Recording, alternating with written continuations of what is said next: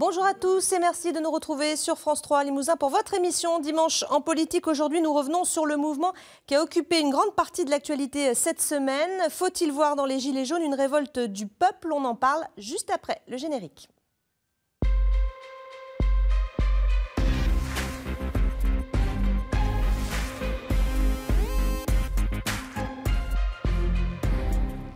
Emmanuel Macron s'est présenté comme un président hors parti lors de son élection en 2017. Il fait aujourd'hui face à un mouvement inédit qui rejette lui aussi toute étiquette politique ou syndicale. Depuis une semaine, les Gilets jaunes font entendre leur colère en Limousin au travers de nombreuses actions.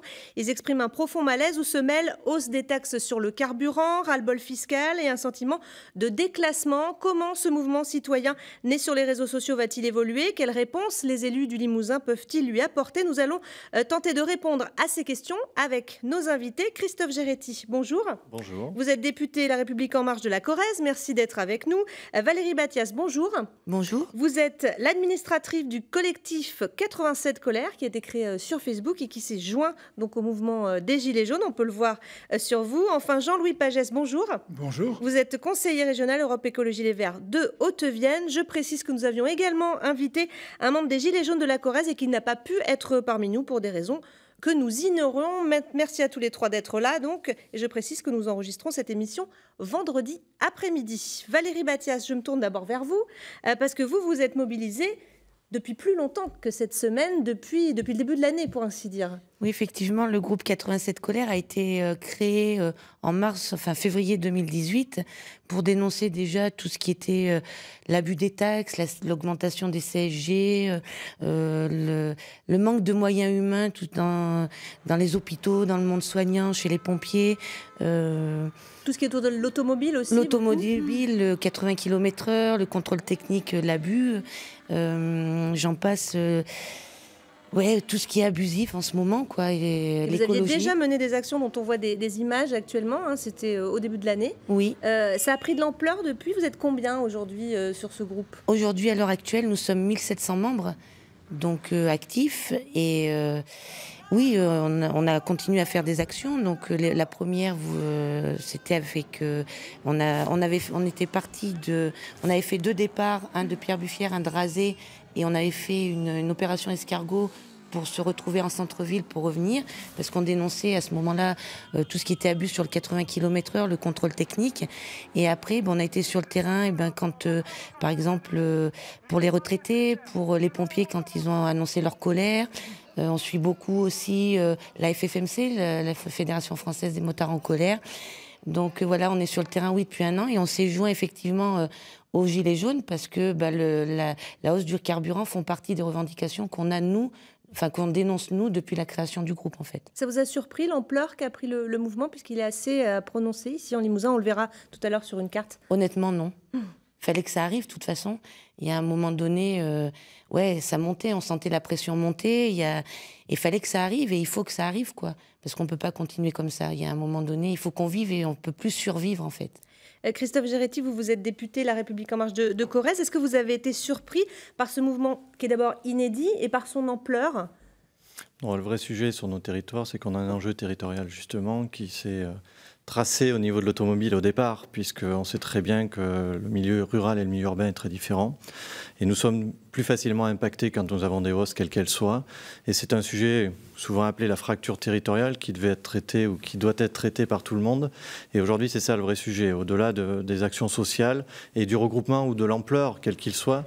Mais moi, je fais partie des personnes qui comprennent largement, puisqu'on sait qu'on est beaucoup plus facilement touché et que nous, on a besoin de l'automobile, puisque le premier élément, et vous l'avez dit, c'est lié à toutes les hausses automobiles, plus le 80, qui ont tout de suite mis en place, on va dire, non pas un vent de révolte, mais un vent d'inquiétude et un vent de questionnement vis-à-vis de la majorité En Marche, et puis de notre propre personne, puisque moi je suis député En Marche, on le revendique, mais effectivement, nous on peut largement plus facilement comprendre les attentes et les revendications un peu trop diverses aujourd'hui, mais qui, si on commence à les clarifier, pourraient éventuellement nous apporter à réfléchir aussi collectivement, État, collectivité territoriale, parce que moi j'ai toujours considéré en tant que grand décentralisateur que cette colère est un grand mot, mais cette inquiétude et cette attente, à mon avis, que nous avons depuis plusieurs années, mais qui ne s'est jamais regroupée, parce que bon, mais votre collègue local. Nicolas Dumoulin, qui est vice-président du groupe LREM à l'Assemblée nationale, il dit dans Le Monde cette semaine,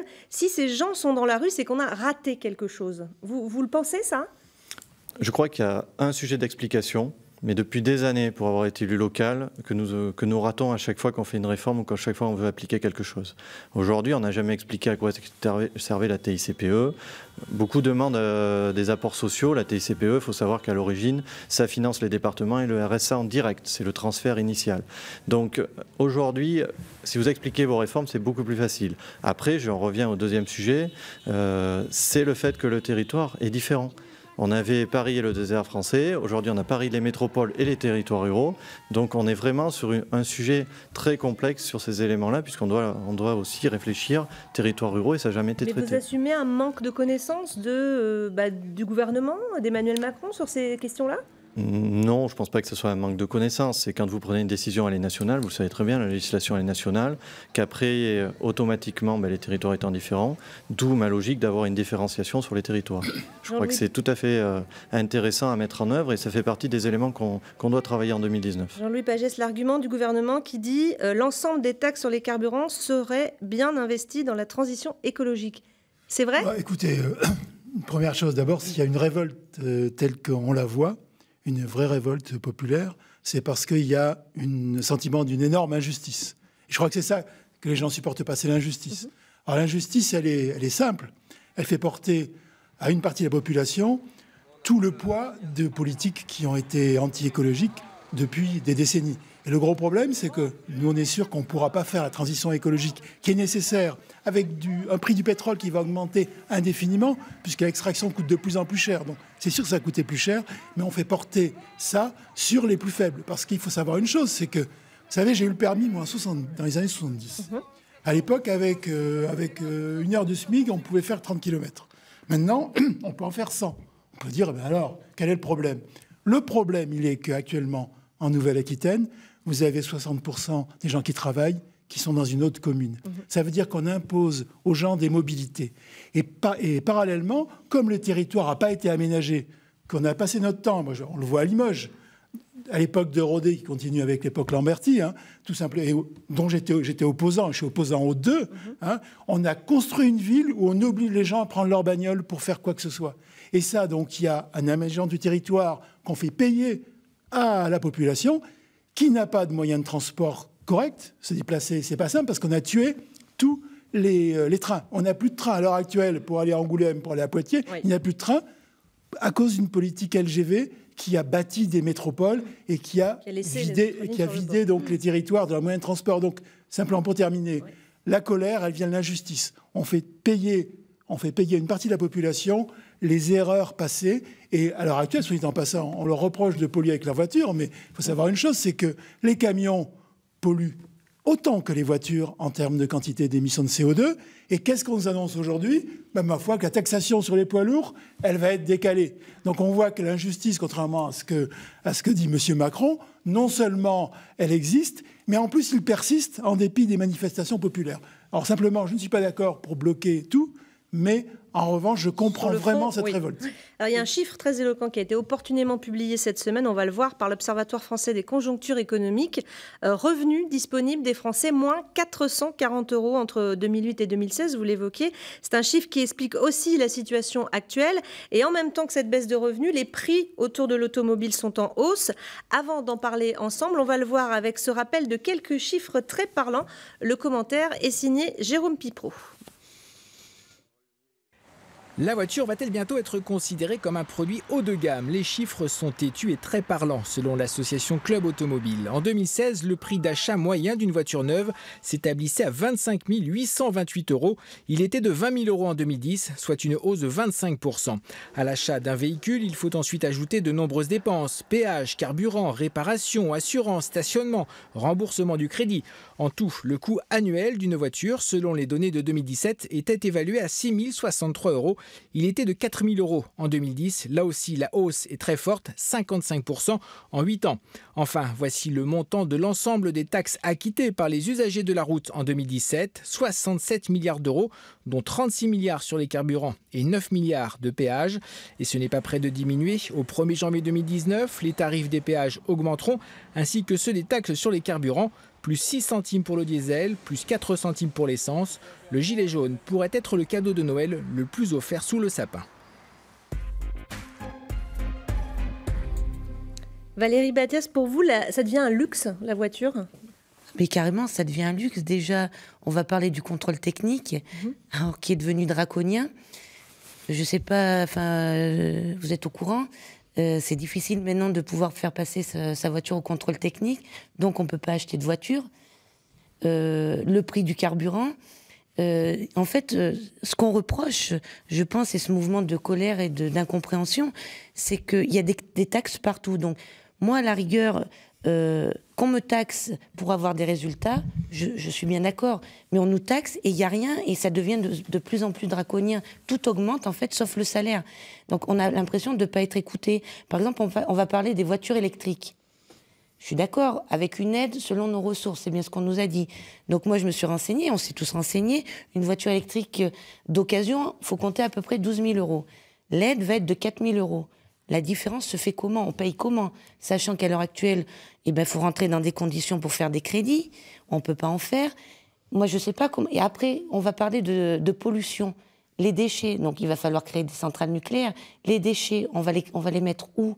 Enfin, c'est tout un système où, effectivement, d'être taxé, bon, on peut comprendre s'il y a des résultats. Les routes, on est taxé, mais les routes, vous avez vu l'état des routes dans le Limousin quand même? On nous dit passer aux 80 km/h pour limiter les accidents. Déjà, refaire les routes, moi je crois qu'on pourrait commencer là-dessus, quoi. Enfin, je sais pas. J'aimerais entendre Monsieur Géretti sur cette question justement de la voiture électrique. Qu'est-ce que vous répondez à tous ces gilets jaunes? Est-ce que vous les avez rencontrés d'ailleurs quand ils vous disent ça? Qu'est-ce que vous leur dites? Non, après les rencontrer, moi je suis disposé à les rencontrer. Après, c'est vrai qu'on était dans la loi de finances des collectivités et la loi de finances générale. Et donc, quand vous êtes commissaire aux finances, vous êtes réquisitionné à peu près 3 semaines. Et nous sommes là les week-ends. Mais moi, s'ils veulent me rencontrer, j'ai toujours dit oui. D'autant plus qu'ils traînent autour de Naves. Donc, normalement, ils peuvent me rencontrer quand ils veulent et je passe à la mairie le matin. Mais au-delà de ça, il faut expliquer, je reviens sur un sujet, c'est qu'aujourd'hui, moi j'ai compté, nous avons 214 taxes en France et nous avons 470 exonérations ou abattements. Et en fait, la construction du budget, c'est pour ça qu'on a l'impression d'être taxé, le ras-le-bol fiscal, et même nous, les parlementaires, on s'en rend compte, c'est qu'à un moment, on a construit un gruyère dans nos fiscalités. Et notre fiscalité, aujourd'hui, elle est complètement recomposée. Et c'est ça le problème. Et le vrai sujet, il est là. Sauf qu'aujourd'hui, chaque politique publique avait son exonération, son abattement de fiscalité, et souvent c'était des gens dispersés ou des petits groupes qui l'avaient et non pas la majorité de la population. Et donc c'est ce sujet-là qu'il faut qu'on arrive à traiter. Au-delà de ça, pour la voiture électrique, effectivement c'est une possibilité, et je vous redis que la logique territoriale que nous avons n'est pas mise en œuvre parce que nous n'avons pas assez de bornes électriques quoi qu'il arrive. Et après sur le financement, il y a une aide complémentaire et des annonces qui ont été faites, mais bien évidemment ce n'est pas suffisant pour tout le monde. Donc c'est un vrai sujet, mais c'est un sujet général qu'on a depuis plusieurs années. C'est pour ça qu'il faut travailler aussi avec les collectivités, parce que vous parlez des routes. Les routes, aujourd'hui, elles sont essentiellement financées par les collectivités territoriales. Et donc, s'il n'y a pas un partenariat État-collectivité territoriale sur la mobilité, les routes, enfin, M. Pagès en a parlé, sur la mobilité, nous n'arriverons pas à avancer sur ce sujet-là. Au-delà de la partie voiture et automobile, qui, je suis convaincu, on doit aussi réduire, pour vous, parce que ça coûte cher, et puis pour tout le monde, parce que c'est une question de santé publique, et nous le savons bien. Et une petite anecdote, pour être... très souvent à Paris, je fais un footing le mercredi de 7 à 8. Vous allez courir à Paris de 7 à 8, c'est irrespirable. Vous courez en Corrèze de 7 à 8 ou en Haute-Vienne de 7 à 8, vous allez voir la différence. D'où l'intérêt quand même qu'on réduise cet élément-là, c'est-à-dire l'automobile et la pollution. Voilà. J'aimerais vous faire voir la carte qui a été établie par un démographe qui s'appelle Hervé Lebras sur la proportion de gilets jaunes par rapport au nombre d'habitants dans les régions. On va voir que les 3 départements du Limousin sont particulièrement mobilisés. C'est en quelque sorte la France des zones rurales délaissées qui sont loin des villes, on en parlait, qui perdent leur commerce, qui perdent leurs services publics. Jean-Louis Pagès, c'est ça le sentiment des gilets jaunes aujourd'hui pour vous? C'est le sentiment d'injustice dont parlait Madame tout à l'heure, c'est-à-dire on paye mais on n'a pas le retour de l'État. Voilà, et puis je dois dire une chose, c'est que la voiture électrique n'est pas la solution. la solution, c'est le rétablissement de vrais réseaux de mobilité quotidienne et de transport en commun. Ça, c'est une première chose. C'est pour ça d'ailleurs que la mesure, il consiste à dire aux gens, acheter une autre voiture qui consomme moins, c'est pas une solution. Ce qu'il faut, c'est pouvoir se passer de voiture. Il y a des pays comme l'Autriche qui s'en passent fort bien. Alors que c'est impossible de le faire ici parce que toutes les lignes ont été détruites. Alors je comprends effectivement que la façon dont s'est organisé le territoire en Limousin, cet été, j'ai fait la marche en Limousin. Et je voyais sur mon guide, oui, on m'indiquait des commerces. Mais les commerces, ils étaient déjà fermés. À Flavignac, à Firbé, j'arrivais, il est fermé. Alors qu'il y a 3 mois avant, il était ouvert. Et ce déménagement du territoire, c'est ça, je pense, qui oblige donc à prendre le véhicule, qui prend en otage les gens des populations rurales. Mais il faut effectivement revenir à un aménagement du territoire qui soit près de la population. Mais ça, c'est lié à quoi? Par exemple, c'est un problème global sur le plan écologique. Votre problème est un problème écologique. J'espère qu'après avoir bloqué cette semaine, vous viendrez le 8 décembre à la marche pour le climat. Parce que votre problème est vraiment écologique. Pourquoi? Vous êtes obligé d'aller dans les supermarchés qui organisent le déménagement du territoire, qui tuent l'industrie, qui mettent à genoux les agriculteurs. Pourquoi? Parce qu'il n'y a plus de circuits courts. Les circuits courts sur les territoires, c'est ça qui fait qu'on n'a pas besoin de bouger. Et tout cet aménagement-là, il est important sur le plan culturel, sur le plan alimentation, etc. Et je crois que la réponse au désarroi des territoires, c'est la réindustrialisation locale, la consommation locale de biens, et c'est enfin revenir à un vrai réseau de mobilité avec les TER. Mais là, il y a du boulot, parce que tout a été détruit avec la doctrine du tout LGV qui a construit, ce que vous disiez, monsieur, des métropoles hyper puissantes. Voilà. Et donc, du coup, dans ce jeu-là, quand on habite loin, effectivement, on a pensé que c'était une bonne affaire parce que les terrains étaient moins chers, mais en fait, on est obligé, pour aller travailler, pour faire quoi que ce soit, de se déplacer. Et ça, vous êtes les otages. Et vous serez toujours les otages tant qu'on n'aura pas réglé ce problème-là. Alors, il nous reste un peu plus de 5 minutes d'émission. Valérie Batia, j'aimerais vous poser une question. Il y a eu des évacuations cette semaine, il y a eu des tensions quand même, même si le Limousin est relativement moins violent que d'autres régions. Est-ce que d'abord, il y a des choses qui vous ont gêné, vous, dans le comportement de certains gilets jaunes? Et deuxième question, est-ce qu'il y a une forme de récupération politique qui pointe le bout de son nez? Alors, je vais commencer par la dernière, au niveau de la récupération politique, bien évidemment. Mais ça, c'est le jeu. Après, à chacun de garder sa ligne de conduite. Je sais que nous, l'équipe 87 Colère, en plus gérée par des femmes, donc c'est encore plus dur. On gardera notre ligne de conduite parce que nous tenons à être apolitiques. Nous, c'est un mouvement citoyen à la base. Donc voilà, donc la récupération politique, oui, elle y est. Le Rassemblement National, les Insoumis, d'autres mouvements Je ne dirais pas de nom, mais oui, ceux qui se mettent en avant en ce moment. Oui. Voilà, je ne suis pas là pour faire de la délation, mais ceux qui se mettent... oui, j'ai eu de la récupération politique et je ne rentrerai pas dans ce jeu. Quitte à passer pour quelqu'un de pénible ou machin. Non, moi, on a une ligne de conduite, comme on vous dit, on est là depuis le mois de février. Ces revendications que d'ailleurs on voit circuler... qui nous ont été reprises, ils pourraient juste au moins un petit peu changer le texte, parce que, oui, effectivement, nous, on n'a pas les moyens de faire des tracts, mais voilà, ce sont les mêmes. La récupération politique, moi, je vous dirais qu'on ne marchera pas, on ne rentrera pas dedans, et ça, c'est sûr. Et qu'est-ce qui pourrait vous faire arrêter le mouvement, alors? Rien. Arrêter le mouvement, oui. C'est qu'enfin, on soit entendu, parce que, les gilets jaunes, c'est le peuple, c'est les citoyens, on en a marre, enfin... Il y a un moment donné, je crois que... Moi, j'ai l'impression qu'en ce moment, on se retrouve, vous savez, juste avant la Révolution française, où il y a 2 classes. Il y a le tiers-état et la bourgeoisie. Et il y a le monsieur qui gouverne. Donc, il ne faut pas oublier que monsieur Macron, d'accord, il a été élu, certes pas par mon bulletin, mais il a été élu. Donc, effectivement, il a des devoirs, il a des droits, mais il a des devoirs. Moi, quand je vois que ça fait 1 semaine que nous, citoyens, on se bat, on lui montre qu'on est en colère, qu'on n'est pas là, il n'a même pas encore pris la parole pour essayer de venir parler, de venir s'expliquer là-dessus. Moi, je trouve ça vraiment irrespectueux de sa part, parce qu'on dit les gilets jaunes, mais est-ce que vous avez vu, parce qu'il y a quand même des censures aussi qui existent, est-ce que vous avez vu, les gilets jaunes ne sont pas armés? On est d'accord, on n'est pas armés, on n'a rien, on vient en tant que citoyen. Effectivement, on va embêter les gens. On les embête dans leur petit quotidien et tout, mais on ne se bat pas pour faire plaisir, on se bat pour nous, pour nos enfants. Est-ce que vous voyez les vidéos où ces CRS, la seule chose qu'on a l'impression, c'est que pour communiquer, ben c'est clair. J'envoie les forces de l'ordre, j'envoie les CRS et il y a des affronts. Mais si, c'est la réalité. C'est la réalité. Il y a un moment donné, nous, on veut discuter, on aimerait discuter avec lui. Il ne prend même pas le temps. Moi, je veux juste...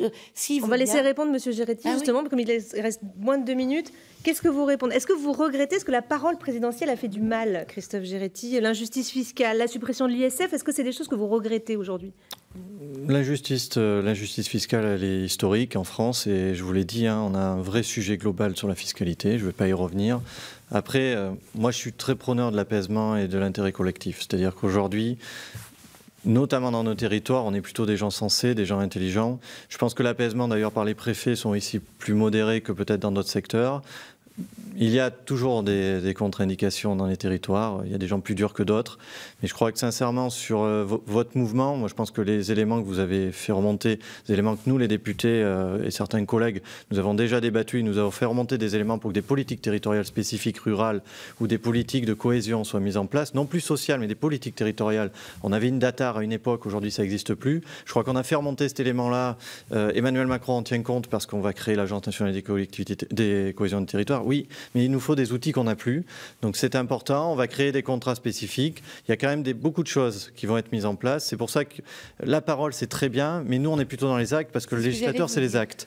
Donc moi, si Emmanuel Macron veut parler, il n'y aura aucun souci. Mais je crois que le vrai objectif, et ce que nous savons, on est en train de faire, cette semaine, on était avec les maires pour travailler aussi sur cette logique-là. Non pas que les gilets jaunes, mais tout le monde s'est aperçu de la problématique du territoire, hors métropole. Ce que je vous ai dit au départ. Donc c'est vraiment l'objectif aujourd'hui, c'est qu'on construise les éléments qui posent problème sur la mobilité, sur l'appartenance à l'automobile ou pas l'appartenance à l'automobile. Et puis, on l'a dit, les cœurs de ville ou les centres-bourgs dont on a commencé à travailler avec Action Cœur de Ville. C'est un vrai sujet. Je vais m'arrêter puisque M. Pagès va avoir quelques mots. D'un mot, M. Pagès, il nous reste 40 secondes. En 40 secondes, je voulais dire une chose, c'est que on ne pourra réussir la transition écologique qu'avec une justice sociale, et c'est ça qui conduira à l'apaisement. Et je suis heureux d'écouter Madame, parce que je pense qu'elle est mûre pour rejoindre les écologistes. Et Dieu sait que nous sommes non-violents, nous avons la police en face de nous. Et j'ajouterai une chose aussi, c'est que la Nouvelle-Aquitaine s'est dotée d'un outil qu'elle appelle DATAR, parce que nous sommes conscients que les territoires, c'est l'avenir du pays, et c'est ça qu'on doit traiter en priorité. Les territoires, leur mobilité et la transition écologique qui va avec. Ça sera le mot de la fin. Merci à tous les trois d'avoir répondu à cette invitation. Vous pouvez revoir cette émission sur notre site internet. Tout de suite, c'est le Flash Info avec Christophe Baudin. La semaine prochaine, on parlera méthanisation. Très bon dimanche à tous.